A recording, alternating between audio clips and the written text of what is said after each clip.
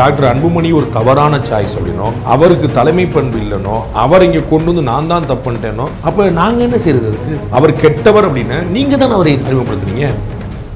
GT Holidays, South India's #1 travel brand. குறைந்த விலை நிறைந்த தரம் தங்கள் தேவைகள் அனைத்தும் ஒரே இடத்தில் ஜெயச்சந்திரன். அதான் மிஸ்டர் கோல்ட், தரத்திலையும் அளவுலையும் நோ காம்ப்ரமைஸ். மிஸ்டர் கோல்ட் 100% கடல் எண்ணெய். இன்னைக்கு வந்து தாவேகா மாதிரி, நாம் தமிழர் மாதிரி புதிய கட்சிகள்லாம் எழுச்சியோட உருவாகிட்டு இருக்க தருணத்துல இருக்கிற கட்சி தன்னுடைய செல்வாக்கு குறைக்கிறதுக்கான எல்லா ஏற்பாடையும் அவங்களே பண்ணிட்டு இருக்காங்க. ஒரு பெரிய துரதிர்ஷ்டமா இது வந்து உட்கட்சி பூசல் இல்ல வந்து ஒரு உறவுல இருக்க சிக்கல். உட்கட்சி பூசலே கிடையாது, குடும்ப பூசல் மட்டும். அது குடும்ப பூசலாவே இருந்தாலுமே வெளியில இன்னொரு விமர்சனம் என்னவா இருக்குன்னா, எக்ஸ்டர்னல் இன்ஃப்ளூயன்ஸ் வந்து பிஜேபி தான் கட்சியை உடைச்சிருச்சு அப்படிங்கிற விமர்சனம். இவங்க வந்தா லாபமா இல்லையா? நீங்க ஏடிஎம்கே விட அதிகமா இவங்க பிஜேபி தான் டிராவல் பண்ணிருக்காங்க. 2014 இவங்க பிஜேபி கூட இருந்தாங்க, 2024 இவங்க பிஜேபி கூட இருந்தாங்க, 2021 பிஜேபியும் இருக்கிற அலையன்ஸ்ல இருந்தாங்க. பிஜேபி கூட என்னைக்கு முரண்பட்டாங்க? நான் கட்சி வந்து சேர்ந்தாலும் சேர்ந்துரும், கட்சி வந்து அப்பா பிள்ளை சமரசம் ஆனாலும் ஆயிடுவாங்க. ஆனா டாக்டர் ஐயாவே குறிப்பிட்டது போல உடைந்துருச்சு கண்ணாடி உடைஞ்ச பிறகு நீங்க ஒட்ட வச்சா கூட அது உடைஞ்ச கண்ணாடின்னு எல்லாருக்கும். கட்சியா அமைப்பு ரீதியா எப்படி இருக்குங்கிறது வேற, ஆனா வாக்காளர்கள் ரீதியா ஒரு பெரும் வீழ்ச்சியை வந்து சந்திக்கும். இப்ப அன்புமணி அவர்கள் பேசுறப்ப பொருளாளர் அவர் வந்து நீக்கி இருக்கிறாரு, இவர் வந்து பொருளாளர் இல்ல நீக்கப்படல, அவங்க தான் இருக்காங்க, திலகமா தான் பொருளாளர் இருக்காங்கிறத சொல்றாங்க. நாளைக்கு வந்து பேங்க் அக்கௌண்ட்ல பிரச்சனையா, பேங்க் அக்கௌண்ட் ஃப்ரீஸ் பண்ணுவாங்க, அதுக்கப்புறம் பொதுக்குள்ள யார் தேர்வு படிக்க அப்படிதான் நிற்பாங்க. அப்ப வந்து ரெண்டு பேர்ல யாராவது ஒருத்தர் தாங்கிற உறுதியாகும். Unless until they compromise themselves, அப்பாவும் பிள்ளையும் காம்ப்ரமைஸ் பண்ணலன்னா இது எல்லா இடத்துக்கும் ஃப்ரீசிங்ல போய் நிற்கும். ஏற்கனவே அங்கீகாரம் பெற்ற கட்சி இல்லை, வந்து புதிய பாமக அப்படின்னு ஏதாவது போட்டு ஏதாவது உருவாக்கினா தான் பாமகவுக்கு ஒரு பெரிய வீழ்ச்சி. பாமகவில் நடக்கிற இந்த குளறுபடிகள், அதாவது வந்து ராமதாஸ் அவர்கள் வந்து வெளியில் வந்து பேசினதுக்கு அப்புறம் தான் இவ்வளோ பிரச்சனை ஏற்கனவே புகைந்துட்டு இருந்தது, அது சரியாயிரும்னு நினச்சிட்டு இருக்கிற தருணத்தில் ராமதாஸ் அவர்கள் வந்துட்டு பகிரங்கமான ஒரு செய்தியாளர் சந்திப்பு வந்துட்டு பார்க்க முடியுது. அதுக்கப்புறம் திரு அன்புமணி அவர்களோட ரியாக்ஷன் இன்னைக்கு நிறைய அப்டேட்ஸ் வந்து இருக்கு. ஃபர்ஸ்ட் நீங்கள் என்ன நினைக்கிறீங்கன்னு தெரிஞ்சுக்கணும்னு நினைக்கிறேன். ஏற்கனவே சொன்னா தான் ரீட்ரேட் பண்ண விரும்புகிறேன். பாமக வந்து வீழ்ச்சியை நோக்கி போகுது. அதுக்கு வந்து யார் அந்த வளர்ச்சிக்கு காரணமாக இருந்தார்களோ அவர்களே அந்த வீழ்ச்சிக்கும் காரணமாக இருக்கிறார்கள். அப்பா பிள்ளை தான் இதை வந்து பெரும் முயற்சி எடுத்து பண்ணாங்க. இப்போ அப்பா பிள்ளை தான், அது பெரும்புங்க அப்பா, நோ டவுட். அப்போ அவங்க தான் வளர்ச்சிக்கு காரணம், அவங்க தான் வந்து அதில் வீழ்ச்சிக்கும் காரணமாக இருக்க போகிறாங்க. தடைகள்லாம் இருந்தது, அது வந்து இப்போ நீங்கிருச்சு அப்படின்னு அன்புமணி சொல்லியிருக்கிறாரு. அப்போ தடை எப்படின்னு எதை சொல்கிறாருங்கிறத பார்க்கணும். அப்பாவையா அப்படின்னு பார்க்கணும். அப்போ அப்பாவோட இன்ஃப்ளூயன்ஸ் குறைஞ்சிருச்சா அப்படிங்கிற பார்க்கணும். அவருக்கான மரியாதை இன்னுமே நிறையா இருக்கும், அதில் வந்து குழப்பம் இல்லை. ஸோ அது வந்து கட்சியாக அமைப்பு ரீதியாக எப்படி இருக்குங்கிறது வேறு. ஆனால் வாக்காளர்கள் ரீதியாக ஒரு பெரும் வீழ்ச்சியை வந்து சந்திக்கும். கூட்டணிக்காக அவர்கள் எந்த கட்சியோடு போய் நின்று பேசினாலும் அவர்களுடைய பேர வலிமை, அதாவது எங்களுக்கு எவ்வளோ கொடுக்கணும் அப்படிங்கிறது வந்து பெரிய ஒரு பின்னடைவை சந்திக்கும். வெரி ஒரு அன்ஃபார்ச்சுனேட் ஈவெண்ட்ஸ் வந்து அந்த கட்சியில் நடந்திருக்குன்னு நான் நினைக்கிறேன். இதில் அவர் திரு ராமதாஸ் குறிப்பிடும்போது அன்புமணி அவர்கள் மேல் பகிரங்கமான சில குற்றச்சாட்டுகளை முன்வைக்கிறத பார்க்க முடிஞ்சது. அது உண்மையா பொய்யாங்கிற விவாதத்துக்குள்ள நம்ம போக வேண்டியதில்லை. ஆனால் அவர் வந்து தன்னோட தாய்கிட்ட நடந்துக்கிட்ட விஷயங்கள்லாம் இங்கே பெரிதாக பேசப்பட்டது. ஆனால் இன்னைக்கு அவர் அதை மறுக்காத மாதிரி மறுக்கல பெருசா, ஆனால் தாய் தான் எனக்கு ரொம்ப பிடிக்கும் அப்படிங்கிற மாதிரி விஷயங்களை முன் வச்சுருக்கேன். நான் இப்போ நடந்துச்சா நடக்கலையானா நடந்திருக்கும் நான் சொல்ல வரேன். நான் வந்து அதில் வந்து ஒன்றும் வியக்கிறதுக்கு இல்லைன்றேன். நம்மவே நீங்கள் அப்பா அம்மாட்ட எப்படி பேசியிருப்பீங்கன்னு யோசிச்சு பாருங்கள். நான் எங்கள் அப்பா அம்மாட்ட எப்படி பேசுவேன், நிறைய சந்தர்ப்பங்களில் சண்டை போட்டிருப்போம், நிறைய சந்தர்ப்பத்தில் நான் எங்கள் அப்பா மேலே உட்காந்தா கீழே உட்கார்ற ஒரு ஆள், சரிங்களா? ஆனால் நானும் சத்தம் போட்டிருக்கேன், சும்மா இருங்க அப்படின்னு சொல்லியிருக்கேன். அது வந்து அந்த அந்த ஏஜ் ஆகும்போது நம்ம வளர்றோம்ல, அப்போ வந்து அந்த மாதிரி கான்வர்சேஷன் வந்திருக்கும், எல்லா வீட்லேயும் இருக்கும். கணவன் மனைவி ரொம்ப அந்யோன்யமாக இருப்பாங்க, சண்டை போட்டுக்கிடுவாங்க, என் மூஞ்சில் முழிக்காத பிள்ளைய நம்ம திட்டுவோம், பிள்ளைங்க நம்மளை முறைப்பாங்க. It happens in every family.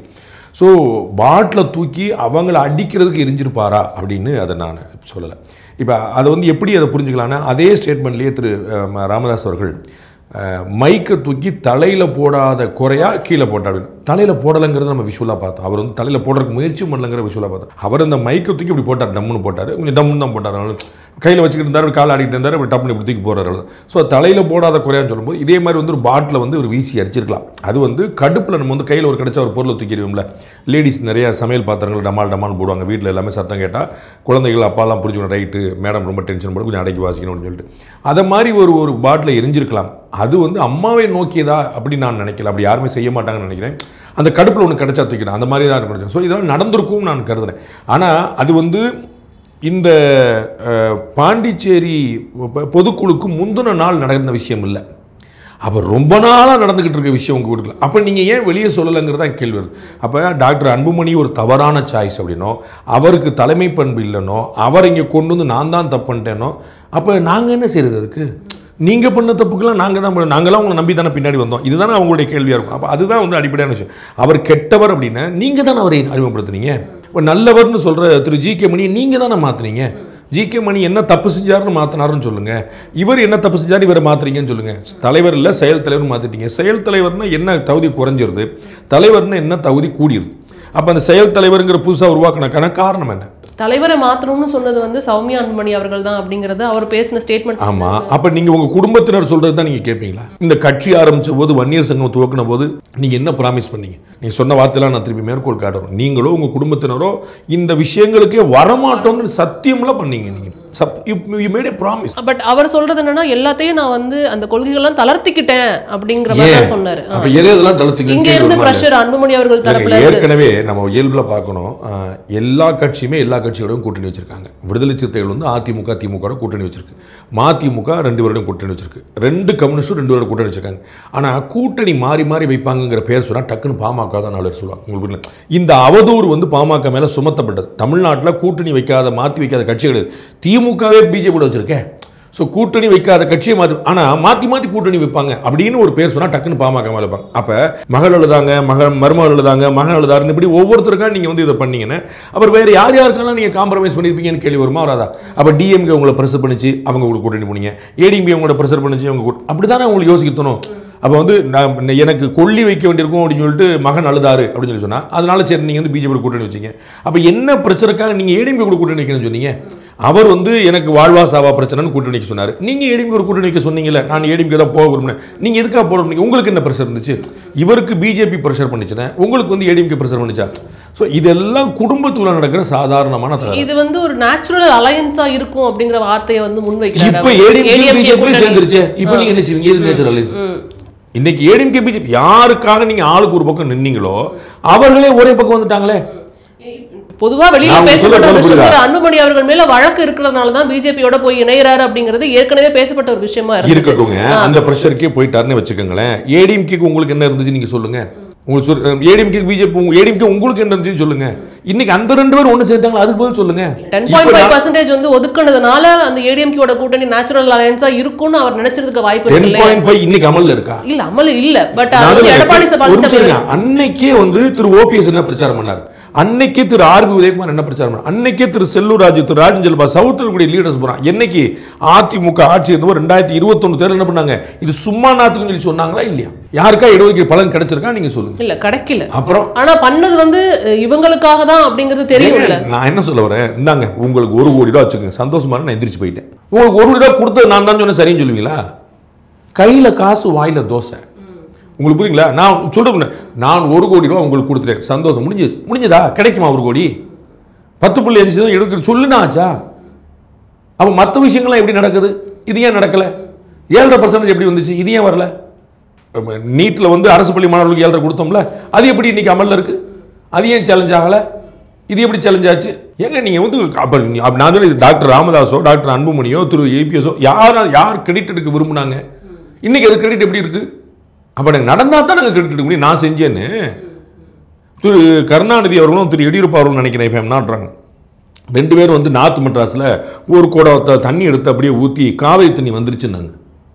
வந்துச்சு என்ன? அங்கே சர்வஞர் சிலையை தமிழ்நாட்டில் திறக்கணும், திருவள்ளூர் சிலையை பெங்களூரில் திறக்கணும், நம்ம இன்னும் தண்ணியை வந்து ஒரு குடத்தை ஊற்றணும், தண்ணி அப்படி வருமா என்ன?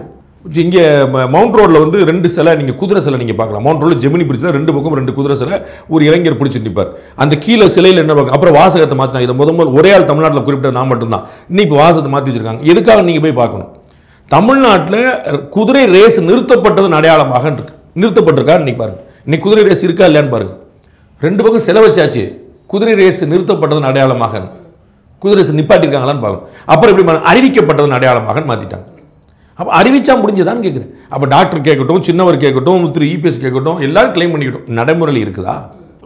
இது இன்னொரு பக்கம் பார்க்குறப்ப இது வந்து உட்கட்சி பூசல் இல்லை வந்து ஒரு உறவுல இருக்க சிக்கல். உட்கட்சி பூசலே கிடையாது, குடும்ப பூசல் மட்டும். அதான் குடும்ப பூசலாவே இருந்தாலுமே வெளியில இன்னொரு விமர்சனம் என்ன இருக்குன்னா எக்ஸ்டர்னல் இன்ஃப்ளூயன்ஸ் வந்து பிஜேபி தான் கட்சியை உடைச்சிருச்சு அப்படிங்கிற விமர்சனம். இவங்க வந்தா லாபமா இல்லையா? நீங்க ஏடிஎம்கே விட அதிகமா இவங்க பிஜேபி தான் டிராவல் பண்ணிருக்காங்க. 2014 இவங்க பிஜேபி கூட இருந்தாங்க, 2024 இவங்க பிஜேபி கூட இருந்தாங்க, 2021 பிஜேபியும் இருக்கிற அலையன்ஸ்ல இருந்தாங்க. பிஜேபி கூட என்னைக்கு முரண்பட்டாங்க?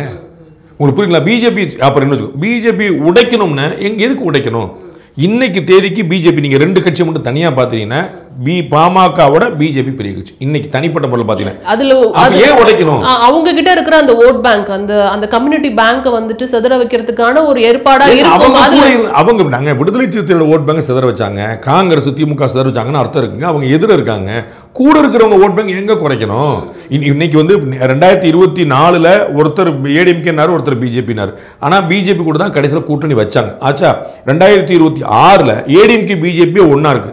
பாமக இன்னைக்கு இருக்கக்கூடிய வாய்ப்பு இவங்க கூட வர்றது தான். இல்லாட்டி வந்து விஜய் கூட போகணும், திமுக கூட போக முடியாது, விடுதலை சிறுத்தைகள் வெளியே வராம. அப்போ வந்து என்ன வாய்ப்பு? தன்னால கூட வர்றவங்களுக்கு நீங்க பலமா இருக்கணும்னு நினைப்பீங்களா, பலவீனமா இருக்கணும்னு நினைப்பீங்களா? எனக்கு ஒன்றும் புரியவே இல்லை. இது லாஜிக் ஏதாவது இருக்குதா? என் பையன் இவன் தான் என் வாரிசுன்னு பையனுக்கு எழுதி கொடுத்தாங்க, பையனை வந்து அடிச்சு கொல்ல பார்த்தாங்கன்னா என்ன கணக்கு? அவன் தான் வாரிசுன்னு அவனை வளர்த்துல விடுவாங்க. அவன் கூட அக்ரிமெண்ட் போட்டு அவனுக்கு தான் சொத்து பத்தன அக்ரிமெண்ட் எப்படி கொல்ல பார்ப்பாங்க? அப்ப போன மாநிலங்களவை தேர்தலில் வந்து அவர் ப்ரெடிக்ட் பண்ணிட்டு இருக்கலாம், பிஜேபி வந்து ஜெயிக்க வாய்ப்பு இல்ல, ஏடிஎம்கே ஜெயிக்க வாய்ப்பு இருக்கு, ஒருவேளை நம்ம கூட்டணி வச்சா ஏடிஎம்கே ஜெயிக்க வாய்ப்பு இருக்கு மக்களவை தேர்தலில். சோ அந்த தேர்தலில் வாய்ப்பு இருக்கு, அதனால வந்து பிஜேபி ஒதுக்கி இருந்திருக்கலாம் இல்லையா? இல்ல அதான் இப்ப பிஎம்கேயும் ஏடிஎம்கேயும் சேர்ந்திருந்தா ஜெயிக்க வாய்ப்பு இருக்குங்கிறது அவர் சொன்ன ஸ்டேட்மெண்ட். அதை உங்க முன்னாடி வைக்கிறேன்.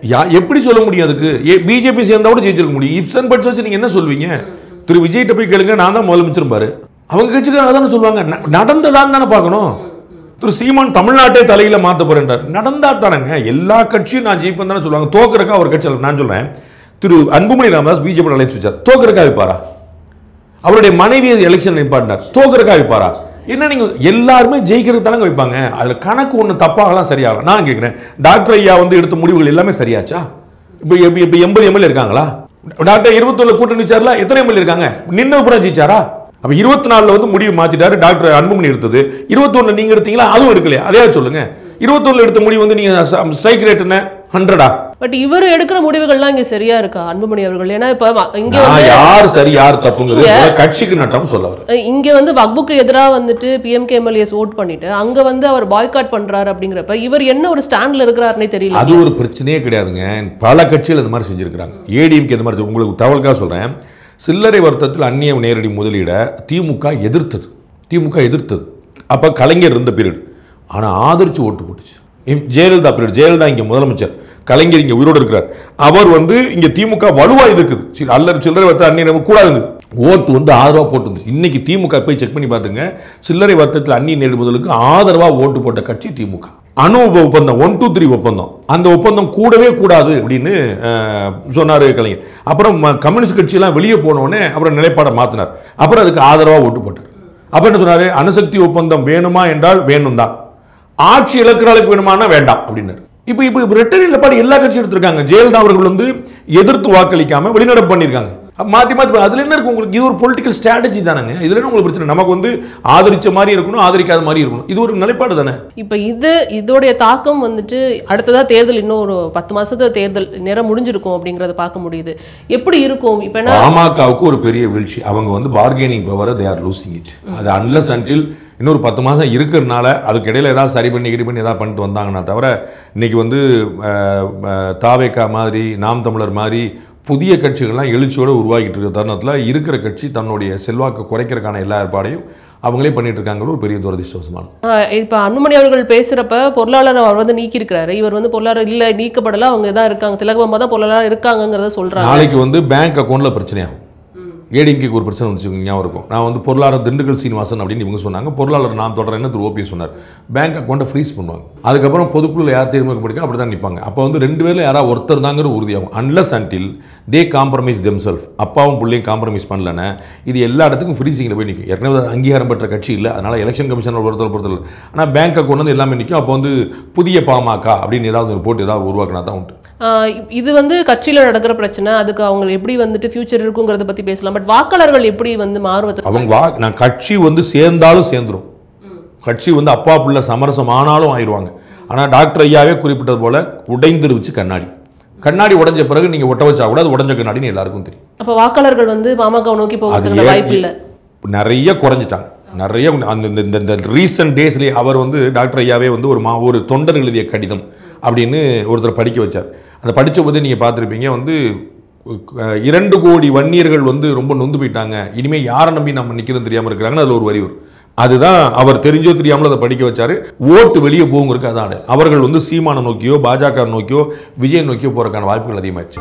GT Holidays, South India's #1 travel brand. குறைந்த விலை நிறைந்த தரம் தங்கள் தேவைகள் அனைத்தும் ஒரே இடத்தில். ஜெயச்சந்திரன். அதான் மிஸ்டர் கோல்டு. தரத்திலையும் அளவுலையும் நோ காம்ப்ரமைஸ். மிஸ்டர் கோல்ட் 100% கடலெண்ணெய்.